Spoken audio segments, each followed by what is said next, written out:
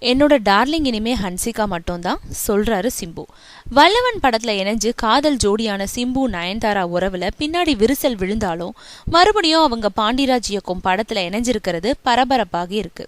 படப்பிடிப்பு தொடங்கியில இருந்தே அவங்களுக்குள்ள பிரச்சனைகள் வந்துகிட்டு இருக்கதாகவும் அதனால சிம்பு ஸ்பாட் பக்கம் போறதில்லவும் சொல்லப்பட்டது. ஆனா உண்மை அது இல்ல. சிம்புவும் நயன்தாரா மீண்டும் ஃப்ரெண்ட்ஸ் ஆகிட்டாங்க. பழைய பகைய மறந்து புதிய நண்பர்களாகிட்டதுனால ரெண்டு பேரும் சந்திச்சுக்கும் போது அவங்களோட சிரிப்பு சத்தம் தான் ஜாஸ்தியா கேக்குதாம். ஆக மறுபடியும் அவங்க ராசி ஆயிட்டாங்கன்றத அது உணர்த்தி இருக்கு.